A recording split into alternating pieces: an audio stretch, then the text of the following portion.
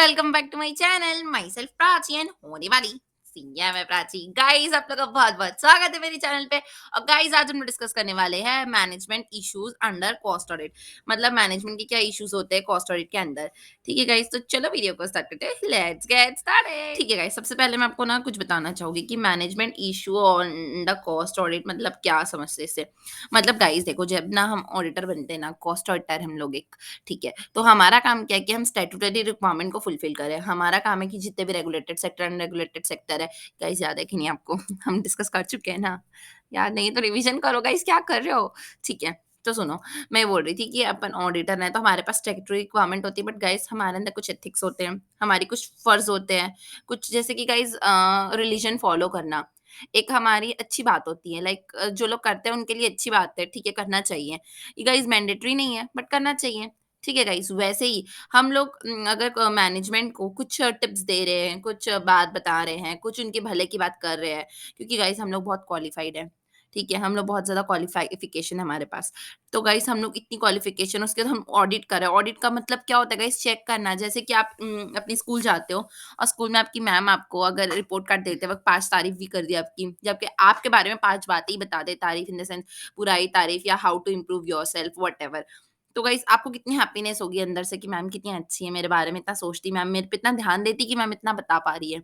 ठीक है गाइस, वैसे ही हम ऑडिटर रहेंगे, हम कहीं पे ऑडिट करेंगे, तो हमारा भी तो फर्ज़ बनता है ना कि मैनेजमेंट को हम एक जाके अपने से एक स्टेप उठाएँ और मैनेजमेंट को बताएँ कि मैनेजमेंट आप ये अच्छा कर सकते हैं, ऐसा कर सकते हैं, ये चीज़ आपकी खराब है, ये आपकी चीज़ अच्छी है, ये आपकी आपको आगे जाके आपके फ़ायदेमंद रहेगी, ऐसा-वैसा, मतलब उसके बारे में हाउ टू इम्प्रूव देमसेल्व्स, ये सब भी तो आप उनको बता सकते हो ना।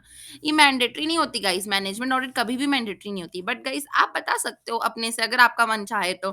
ठीक है, तो उसी को बोलते हैं इसमें, मतलब ये ओवरऑल हम यही पढ़ने वाले हैं। ठीक है गाइस, तो चलो वीडियो को स्टार्ट करते हैं। Let's get started. देखो गाइस, अब आप बोलोगे मैम हम बताने का तो समझ गए, हम तो बहुत अच्छा ऑडिटर है, हम तो बताएँगे मैनेजमेंट को। बट गाइस क्या बताओगे? तो गाइस मैं आपको आज बताने वाली हूँ कि आपको किस टाइप से बताना है मैनेजमेंट को। अब आप चले गए कॉस्ट ऑडिटर बन के, आपको कॉस्ट ऑडिट करनी तो आती थी, आप कर भी लिए, मस्त से सब कुछ वेल एंड गुड चल रहा था। फिर आपको याद है अचानक से प्राची मैम ने कहा था कि ना मैनेजमेंट को टिप्स एंड ट्रिक्स भी बता के आना, तो हमको तो पता है बहुत सारी बातें। अब गाइस एक और बात बताऊँ? जैसे बाई होती है ना बाई, जो बाई होती है उसको सारे घर की बातें पता होती है। यहाँ की भी पता है, वहाँ की भी पता है, उसके घर की पता है, अच्छा उसका चक्कर इसके साथ चल रहा है, ये भी पता है। अच्छा उनके यहाँ ऐसा है, अच्छा उनके यहाँ वैसा है, सब पता होता है उनको। क्यों पता होता है गाइस? क्योंकि वो बहुत ट्रैवल करते हैं, इधर से उधर, उधर से उधर सारे घर में जाते हैं। एक ऑडिटर जो होता है, वो बहुत मतलब सारी इंडस्ट्री की नॉलेज रखता है वो। वो इतना क्वालिफाइड रहता है कि उसको सारी इंडस्ट्री में बहुत सारी जगह ऑडिट किया रहता है, उसको बहुत नॉलेज होती है। दैट्स व्हाई वो मैनेजमेंट को बताने के लायक माना जाता है। समझे गाइस कि मैं क्यों ऐसा कह रही हूँ? आई होप आप लोगों को बुरा ना लगे और आप अदरवाइज़ ना लेना, ठीक है गाइस? बस एग्ज़ाम्पल था। ठीक है गाइस, देन आगे बढ़ते हैं अपन। तो गाइस आपको मैं तो बता दी कि क्यों बताना है, कैसे बताना है, सॉरी क्यों बताना है ये मैंने आपको बताया। किस लिए बताना है ये भी बताया, मैंडेटरी नहीं है ये भी मैंने बताया। बट गाइस कैसे कैसे आप बताओगे वो मैं अभी बताऊँगी आपको। ठीक है गाइस, तो देखते हैं। सबसे पहले गाइस हमारा एक ऑब्जेक्टिव होता है, हमको उस वजह से बताना होता है। हमारा ऑब्जेक्टिव रहेगा कि हम कोई भी मैनेजमेंट को कोई भी इन्फॉर्मेशन दें, कोई भी अपन आइडिया दें, कोई भी एक्शन बताए, तो गाइस वो आप अपन ने ऐसे बताना चाहिए, या तो ये सही है या तो गलत है। सिर्फ बीच में मत झूला जैसे लटका देना। ये सही भी हो सकता है, गलत भी हो सकता है। ये कोई बात नहीं होती है। सही है तो सही बताना है, गलत है तो गलत बताना है। राइट या रॉन्ग के बीच में अपन को बताना है। ठीक है? उसके फिर गाइस हमको ऐसा प्रेडिक्शन करना है कि वो फ्यूचरिस्टिक हो। मतलब जो पास्ट में हो चुका है उसके बारे में या प्रेजेंट में चल रहा है उसके बारे में बताओगे तो गाइस उतना फ्रूटफुल नहीं होगा। आप थोड़ा आगे के सोचते हुए आगे के बारे में बताओ मैनेजमेंट को, सो दैट गाइस वो लोग उसके लिए स्टेप्स ले सके टाइमली मैनर पे, और जाके फिर वो स्टेप्स लेके ओवरकम कर सके वो चीज़ों के ऊपर। ठीक है गाइस? तो फ्यूचर व्यू के हिसाब से अपन को देना होता है, जो अपनी टिप देना है अपन को, प्रो टिप देना है जो कह सकते हैं। ठीक है? देन गाइस अपन आगे बढ़ते हैं, आगे जो कॉम्प्रिहेंसिव मतलब हर एरिया में देना है। ऐसे नहीं कि आप अपना कॉस्ट ऑडिट किए हो तो सिर्फ इसमें देना है। इस कॉस्ट ऑडिट किए हो तो ऐसा थोड़ी ना कि सिर्फ आपको कॉस्ट का नॉलेज है, बाकी चीज़ों का नहीं है। नो गाइस, बिल्कुल भी नहीं। हमारे नाम के साथ जुड़ा हुआ है कॉस्ट एंड मैनेजमेंट ऑडिट। बहुत सॉरी ऑडिट बोल रही हूँ, ऑडिटर। ठीक है? तो गाइस हम लोग क्या होते हैं, कॉस्ट एंड मैनेजमेंट ऑडिटर होते हैं। ठीक है गाइस, तो हम लोग को सारी जगह के बारे में पता होता है। ऐसा बिल्कुल भी अपने आप को कम मत समझना कभी जिंदगी में कि आप कॉस्ट ऑडिटर हो तो आपको सिर्फ कॉस्ट के बारे में पता है। आप कॉस्ट एंड मैनेजमेंट ऑडिटर हो, आपको सब चीज के बारे में पता है। आप सीईओ बनने के लायक हो, इतनी पोस्ट है आपकी, इतने पढ़े-लिखे और इतने क्वालिफाइड हो। तो गाइज़ हम लोग को हर इन्फॉर्मेशन ऐसी इन्फॉर्मेशन देना है जो हर एरिया के हिसाब से हो, एरिया वाइज़ देना है। और गाइज़ आपको ना टू द पॉइंट देना है, मतलब जो मैनेजमेंट में इंसान बैठा है ना वो बहुत बिज़ी होते हैं। उन लोग के अवर्ली पैसे होते हैं या फिर उन लोग को जो भी टाइम होता है उनके पास बहुत कम होता है, काम बहुत ज़्यादा होता है। तो गाइज़ अपन को टू द पॉइंट बातें करना है। ऐसे नहीं कि आप कहानी सुना रहे हो, 15 पेज का दे दिए रिपोर्ट और फिर अपना आ गए। तो गाइज़ कोई नहीं पढ़ेगा आपका 15 पेज का रिपोर्ट, इतना टाइम नहीं है उनके पास। आप उनको 15 पेज की जगह 1 पेज में बताओ। जैसे गाइज़ मैं आपको बताती हूँ, मैं इतने ज़्यादा सोच के बनाती हूँ पीपीटी प्रेज़ेंटेशन एंड क्लासेस कि गाइज़ आपको आपके पास टाइम कम है, मेरे पास टाइम कम है, बट हमको पढ़ना सब कुछ है। आपको मैं क्लास दे सकती हूँ, आपको ऐसा लगता होगा ना मैम की क्लासेस काफ़ी छोटी होती है, एकदम छोटी-सी ब्रीफ क्लासेस होती है, तो मैम क्या कवर नहीं करती क्या सारी चीज़ें? मैम फ्री में दे रही है तो सब कुछ नहीं पढ़ाती क्या? बट गाइज़ ऐसा कुछ भी नहीं है। बात इतनी सी है कि गाइस रिवीजन सबसे ज़्यादा इम्पोर्टेंट होता है एग्ज़ाम से पहले। आप मेरी शॉर्ट वीडियो को 5 बार देखोगे और एक लॉन्ग वीडियो को 1 बार देखोगे और आप एग्ज़ाम जाके देखना। आप खुद अपने आप में फ़र्क समझोगे कि आप बाकी बच्चों से अलग हो। मेरी वीडियो को आप 5 बार देख के जाना और बाकी जो क्लासेस लेते हैं, जो बहुत लंबे-लंबे लेक्चर्स होते हैं, जो होते हैं 3-3 100 आवर्स की क्लासेस भी होती है गाइस, वहाँ के देखना। वो एक ही बार देख पाओगे आप, रिवीजन का टाइम ही नहीं मिलेगा आपकी लाइफ़ में आपको। फिर आप एग्ज़ाम देना। कितना अंडर कॉन्फिडेंस लगेगा आपको कि मैं एक ही बार क्लास देख के गई हूँ। और आप शॉर्ट वीडियोज़ देखो, फुल वीडियो देखो। ऐसा नहीं कि मैंने कवर नहीं किया कुछ भी चीज़, मैंने 100% कवरेज दिया है, ठीक है? बट मैं शॉर्ट में बना रही हूँ क्योंकि ज़्यादा फालतू की बात करने का क्या मतलब गाइज़, याद तो रहता नहीं है कुछ। याद जो रहने वाला कंटेंट इम्पोर्टेंट है, उससे आजू-बाजू की थोड़ी पैकिंग, बस वही बताना ज़रूरी होता है और मैं वही बता रही हूँ। और इसको आप कंटीन्यूअसली 4-5 बार देखोगे वीडियो को तो आपके लिए हेल्पफुल होगा। समझे गाइज़? दैट्स व्हाई मेरी वीडियोज़ ब्रीफ होती है और जो हम मैनेजमेंट को देते हैं रिपोर्टिंग, वो भी ब्रीफ होनी चाहिए क्योंकि उनके पास टाइम नहीं होता और वो लोग कम से कम टाइम में ज़्यादा से ज़्यादा आप उनको बात बताओगे तो वो ज़्यादा खुश रहेंगे। ठीक है गाइस, जैसे आप लोग खुश रहते हो। ठीक है गाइस, आपको ये वीडियो अच्छी लग रही हो तो प्लीज़ कमेंट करके मुझे बताना कैसी लगी और बाकी की बातें भी आज थोड़ी ज़्यादा हो गई वीडियो में। प्लीज़ गाइस आपको बताना पड़ेगा मुझे, ठीक है? मैं आपके कमेंट का वेट कर रही हूँ। देन गाइस आगे बढ़ते हैं अपन स्ट्रेटेजी। तो गाइस अपन को ना जो भी अपनी इंफॉर्मेशन रहेगी उसको एकदम स्ट्रेटेजी वे वाली बताना, जैसे कि ग्रीस वेस्ट हो रही है आपकी इंडस्ट्री में, तो गाइस ग्रीस वेस्ट हो रही है ये बताओगे आप मैनेजमेंट को, मतलब मैनेजमेंट क्या कर लेगा जान के? ये तो ऑपरेशनल मैनेजमेंट मैनेजर जो रहेगा वो भी निपटा सकते हैं काम को। मैनेजमेंट इसके ऊपर स्ट्रेटेजी बनाएगा कि हाउ टू यूज ग्रीस, आज मैं सारे अपने एम्प्लॉइज को सिखाऊंगा, ऐसा होगा क्या गाइस? बिल्कुल भी नहीं। ठीक है गाइस, तो हम लोग कॉस्ट ऑडिटर होते हैं, मैनेजमेंट ऑडिटर होते हैं गाइस, हमको ऐसी इन्फॉर्मेशन देना है जो स्ट्रेटेजी बनाने लायक हो। मतलब टॉप मैनेजमेंट के कंसर्न में हो और उसके खिलाफ स्ट्रेटेजी बना सके वो, ऐसी बात बताना है। जैसे कि आप प्रोडक्ट मिक्स के बारे में बताओ ना कि आप ये प्रोडक्ट और ये प्रोडक्ट मिला के, दोनों प्रोडक्ट को मिला के बना रहे हो, तो इसमें अगर आप 50-50 मिलाते हो तो आप इसको 60-40 मिला के देखो, आपका ज़्यादा अच्छा प्रोडक्ट बनेगा। गाइस आप इंटर में भी सॉल्व किए थे क्वेश्चन, ऑप्टिमम मिक्स के क्वेश्चंस, जिसमें ए, बी, सी, डी में रैंकिंग देते थे एंड देन मिला के प्रोडक्ट बनाते थे। तो गाइस वो सिर्फ थ्योरेटिकल पढ़ने के लिए नहीं पढ़े अपन, प्रैक्टिकली इसका अपन को कंसल्टेंसी देना पड़ता है। ये मैनेजमेंट ऑडिट में आप बताते हो कि ये वाला प्रोडक्ट, ये वाला प्रोडक्ट, ये वाला प्रोडक्ट में ये अच्छा नहीं है। अगर आपको प्रॉफिटेबिलिटी के हिसाब से सोचोगे, आगे बताऊँगी मैं आपको, तब आपको समझ में आएगा कि हमको बातें बतानी है, स्ट्रैटेजी हिसाब से बताना है। आप उनको बताओ जाके कि प्रोडक्ट ए सबसे ज़्यादा आपके लिए प्रॉफिटेबल है अकॉर्डिंग टू कंट्रीब्यूशन। आपको सिर्फ और सिर्फ ये प्रोडक्ट बनाना चाहिए। बी जो इतना कम कंट्रीब्यूशन दे रहा है, कितना टाइम वेस्ट हो रहा है उसमें, बंद करो उसको बिल्कुल, डिसकंटिन्यू कर दो। ये सारी बातें आप मैनेजमेंट को जाकर बताओगे, जिसके ऊपर मैनेजमेंट स्ट्रेटेजी बनेगी। समझे गाइस? देन आगे आगे है ट्रेंड।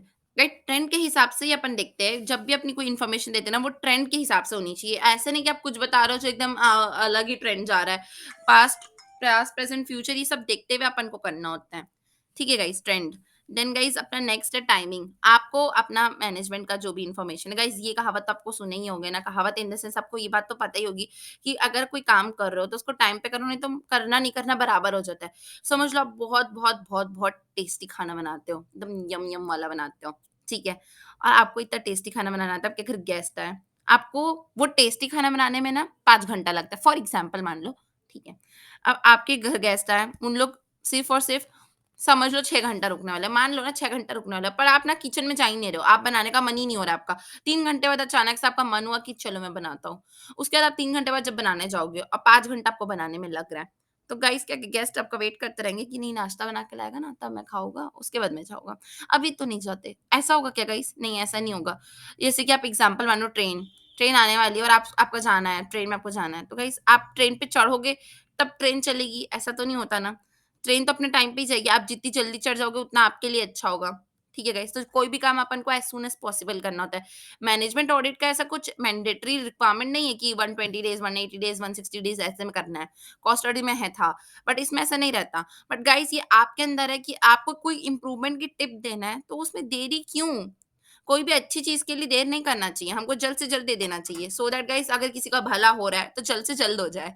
ठीक है, बाद में दोगे, बाद में वो लोग इम्प्लीमेंट करेंगे, क्या फायदा? क्या मतलब आपका पूरा मतलब आप इतनी मेहनत से एनालाइज करके कुछ प्रोजेक्ट बनाए हो और वो प्रोजेक्ट को आप एकदम लास्ट में जाके दे रहे हो जब पूरा रिजल्ट डिक्लेयर हो गया, तब क्या फायदा? ठीक है गाइस, तो टाइमली मैनर पे होना चाहिए। देन गाइस, सेगमेंट वाइज़ में देना है, मतलब जैसे गाइस आपको ये डायग्राम से समझ में आ रहा होगा कैसे अलग-अलग सेगमेंट के लोग होते हैं ना गाइस।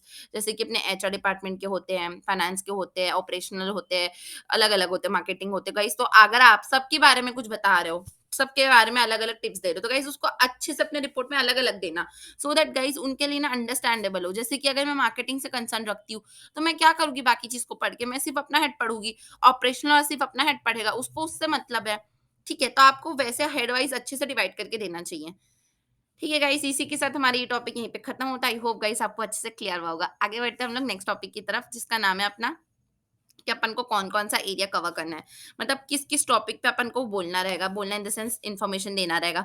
जैसे कि सबसे पहले गाइस आप देख सकते हो कि कैप सबसे ज़्यादा इम्पोर्टेंट यही है कि कैपेसिटी यूटिलाइज़ेशन।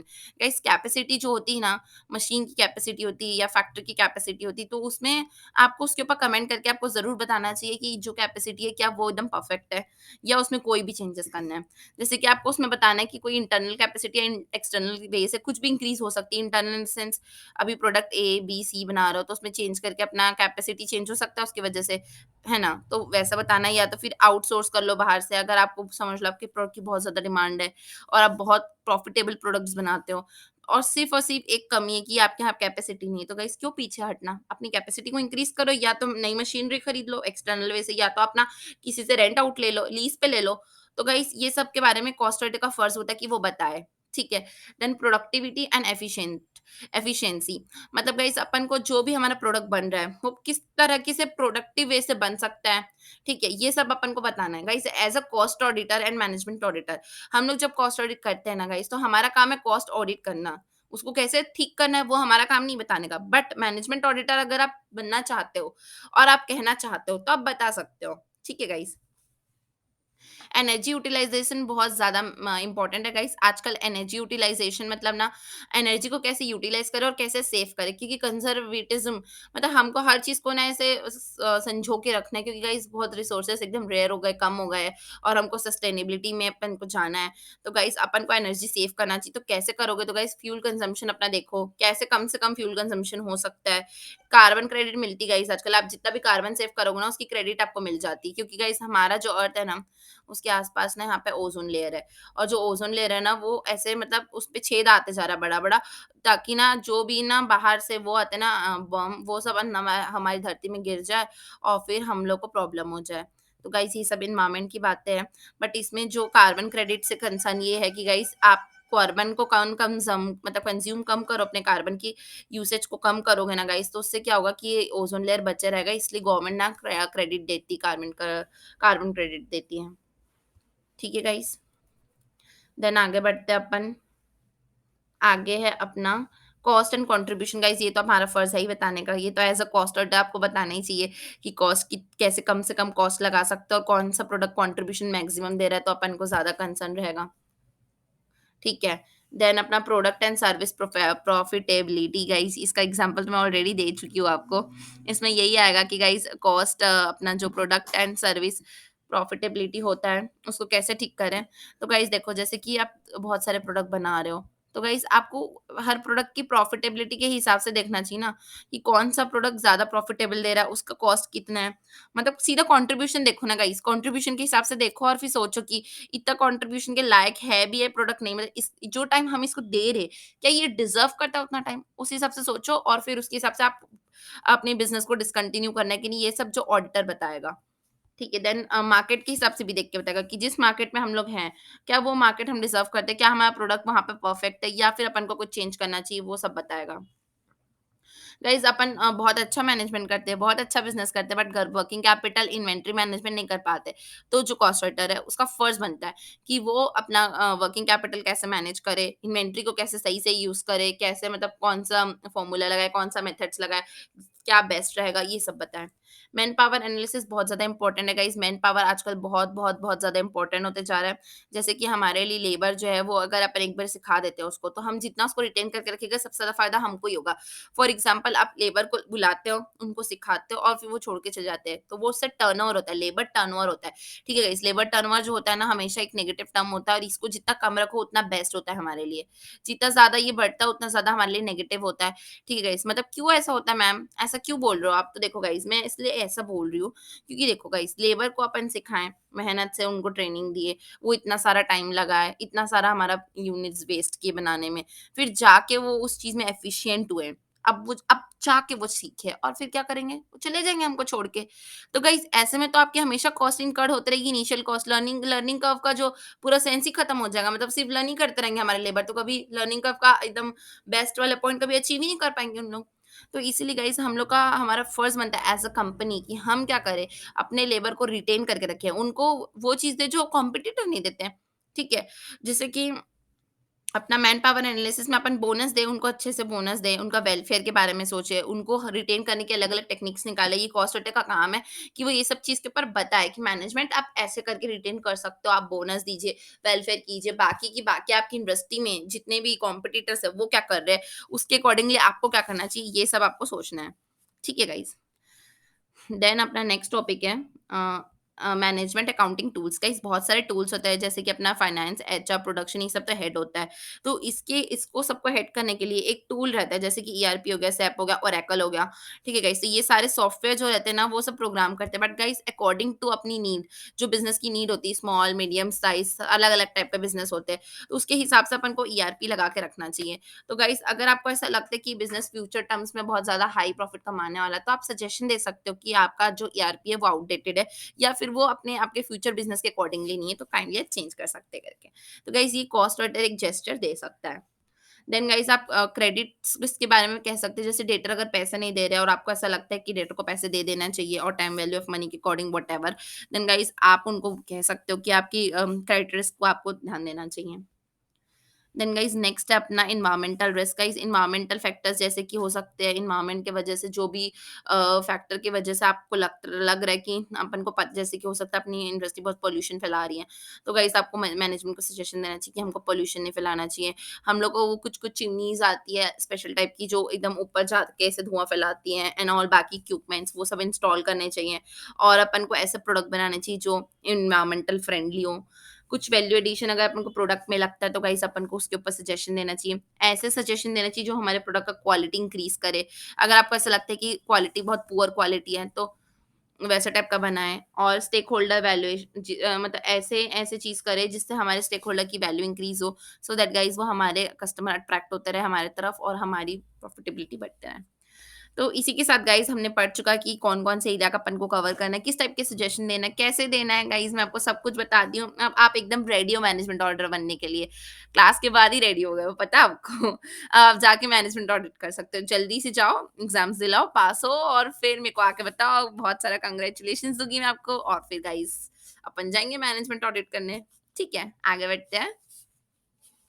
आगे गाइस, हमारा की परफॉर्मेंस इंडिकेटर, ये बहुत ज़्यादा इंपॉर्टेंट है, इससे डायरेक्ट क्वेश्चन आता है एग्जाम में।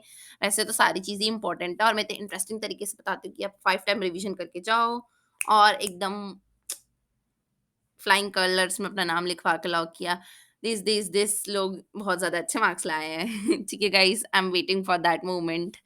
ठीक है गाइस, तो की परफॉर्मेंस इंडिकेटर जो होते हैं ना गाइस, वो हमारे को हमारी परफॉर्मेंस का इंडिकेटर्स होते हैं। जैसे कि अपनी गाड़ी में होता है ना इंडिकेटर, राइट मुड़ना होता है तो राइट, लेफ्ट होता है तो लेफ्ट। तो हम क्या करते हैं, क्या मतलब है उस लाइट का? उनका मतलब जो पीछे आ रहे हैं, उनको हम बता रहे हैं कि हम यहाँ मुड़ने वाले हैं। मतलब उनको इंडिकेट कर रहे हैं कि यार वी आर लेफ्ट मुड़ने वाले करके। ठीक है गाइस, तो वो इंडिकेटर होता है। वैसे परफॉर्मेंस हमारी कैसी चल रही है उसका इंडिकेटर होता है। मतलब हमको खुद से चेक करना पड़ता है, क्योंकि यहाँ पे हमारी कोई येलो कलर की लाइट नहीं चलने वाली है अचानक से कहीं से भी। तो गाइस हमको खुद चेक करना पड़ेगा कि हमने जो टारगेट सेट किए थे उसके अकॉर्डिंगली हम चल रहे हैं कि नहीं, हमारी परफॉर्मेंस कैसी है, उसको इंडिकेट करते हैं अपन अपने आप से। तो कैसे करोगे मैम? तो फिर देखो सबसे पहले तो आप क्वांटिटेटिव कर सकते हो, क्वालिटेटिव कर सकते हो, एक्शनेबल और ट्रेंडिंग मतलब ये तो जो अपना कॉस्ट ऑडिटर है वो इंडिकेटर्स बताएगा। वैसे तो बहुत सारे टाइप के होते हैं जैसे कि आप इसमें देख सकते हो गाइस मैं एक फ्लो चार्ट निकाली हूँ। देखो जो अपना की परफॉर्मेंस इंडिकेटर ना गाइस वो एक स्पेसिफिक होना चाहिए। ऐसे नहीं कि आप कुछ भी पैराग्राफ बता रहे हो इतना लंबा-चौड़ा 15 पेज का। तो गाइस वैसे नहीं बताना है आपको स्पेसिफिकली बताना है कि ये ऐसे स्पेसिफिक। ठीक है गाइस? देन अपना मेज़रेबल होना चाहिए मतलब वो मेज़रेबल टर्म्स में होना चाहिए ना ऐसे कुछ भी नहीं बोल सकते कि आप कुछ भी मतलब कुछ भी टर्म्स में नहीं बोल सकते मतलब उसका कुछ पर्टिकुलरली मेज़र होना चाहिए। देन अचीवेबल ऐसी बात करो जो अचीव कर सके। ऐसे नहीं कि चाँद तारे तोड़ के लाओ गाइस अचीवेबल नहीं है, नॉनसेंस ऐसी बातें नहीं करना है। रिलेवेंट होना चाहिए और यहाँ पे टाइम फ्रेम लिखा था गाइस टाइम फ्रेम में होना चाहिए। मतलब काम की बात होनी चाहिए, फालतू की बातें नहीं और टाइम फ्रेम में होनी चाहिए। कम से कम टाइम में जल्द से जल्द काम की बातें बताओ। ठीक है गाइस? तो कैसी बात बताना है आपको? स्पेसिफिकली, मेज़रेबल, अचीवेबल, रिलेवेंट और टाइमली मैनर पे बताना है। ठीक है गाइस? समझ गए केपीआई कैसे करते हैं? देन गाइस अब इसके अंदर का मैं आपको बता रही हूँ जो अपनी मैथ पे था। देखो क्वांटिटेटिव होना चाहिए और अपना ये होना चाहिए क्वालिटेटिव। क्वांटिटेटिव मतलब फाइनेंशियल भी हो सकता है और नॉन फाइनेंशियल भी हो सकता है। तो उसको कैसे मेज़र करोगे कि फाइनेंशियल है कि नॉन फाइनेंशियल है? तो गाइस आप ऐसा डिसाइड करके रखोगे कि मेरे को नेट प्रॉफिट कम से कम 20% कमाना है। तो गाइस ये एक इंडिकेटर है। अगर आप 20% नहीं कमा रहे हो तो आपको पता चल जाएगा कि यार शिट मैं अपनी परफॉर्मेंस से मतलब उतना मैं अचीव नहीं कर पा रहा हूँ, तो मैं अपनी परफॉर्मेंस मेरी अच्छी नहीं है। आप अपने आप को खुद रेट देख सकते हो, मैं बकवास कर रहा हूँ, अच्छा कर रहा हूँ, बहुत अच्छा कर रहा हूँ। ठीक है गाइस। देन अगर आपकी एम्प्लॉयी का आप सोचे थे कि 2.5 से ज़्यादा नहीं होना चाहिए मेरा टर्नओवर। तो गाइस अगर आप उसका उससे कम है, तो आप अपने आप को बेस्ट दे सकते हो, वाओ यार 2.5 था 2.4 है कम है, अच्छी बात है करके। बट वही अगर आपका 3 जा रहा है, 5 जा रहा है, तो आप सोच सकते हो कि आप कितना गंदा अचीव किया। आप कुछ भी मतलब नॉन फाइनेंशियल क्वांटिटी की परफॉर्मेंस इंडिकेटर में आप फेल हो चुके हो। जान के बुरा लगा। ठीक है गाइस, वैसे ही अपना क्वालिटेटिव देखते हैं अपन। क्वालिटेटिव कैसे होगा कि आपको आफ्टर सेल सर्विस देना था, उसमें ना बहुत सारे आपके सर्विस सेंटर वाले के लिए बहुत सारे फ़ोन्स कॉल्स आते हैं और आपके यहाँ ना लोग उठाने वाले फ़ोन ही नहीं, हमेशा उनको ऐसा आता है। हमारे यहाँ के अभी एक्सपर्ट्स बहुत बिज़ी हैं, आप थोड़ा वेट कीजिए और फिर टुन टुन टुन टुन ट्वीन बज रही 10 मिनट तक और कस्टमर हो जाएगा बिल्कुल वो परेशान और फिर आपको कभी कॉल नहीं करेगा, आपके यहाँ से कभी सामान नहीं खरीदेगा। तो गाइज़ आपको आफ्टर सेल सर्विसेज़ की ये ऐसा का मतलब आपको की परफॉर्मेंस इंडिकेटर ऐसा होना चाहिए कि आपके कस्टमर की जितनी भी ग्रेवियंसेस आती है, जितने भी रिजल्ट होते हैं, तो वो मैक्सिमम से मैक्सिमम कर पाओ आप और वो इन्फ्लुएंस करता है फ्यूचर को क्योंकि गाइस ठीक है। देन गाइस अपना जो की परफॉर्मेंस इंडिकेटर होगा ना वो एक्शनेबल होना चाहिए। ऐसे नहीं होना चाहिए कि आपके एरिया में ना बहुत ज़्यादा बारिश होती तो मैनेजमेंट आप ऐसा कीजिए कि ना बारिश को रुकवा दीजिए। मतलब what nonsense management is like मतलब कुछ भी, ठीक है? मतलब बारिश को कैसे रुकवा सकते हैं? वो नेचुरल थिंग है, उसको नहीं रुकवा सकते हम, ठीक है गाइज़? तो बट बारिश से बचने के तरीके तो निकाल सकते हो, आप शेड्स लगवा सकते हो, ऐसा कुछ कर सकते हो, वाटरप्रूफ चीज़ें कर सकते हो, तो हमारा सामान जो भी है वो खराब नहीं होगा। तो गाइज़ ये एक्शनेबल चीज़ें हुई, बारिश रुकवा दो इज़ नॉट एक्शनेबल, ठीक है? देन गाइज़ ट्रेंडिंग होना चाहिए, ट्रेंड के हिसाब से होना चाहिए।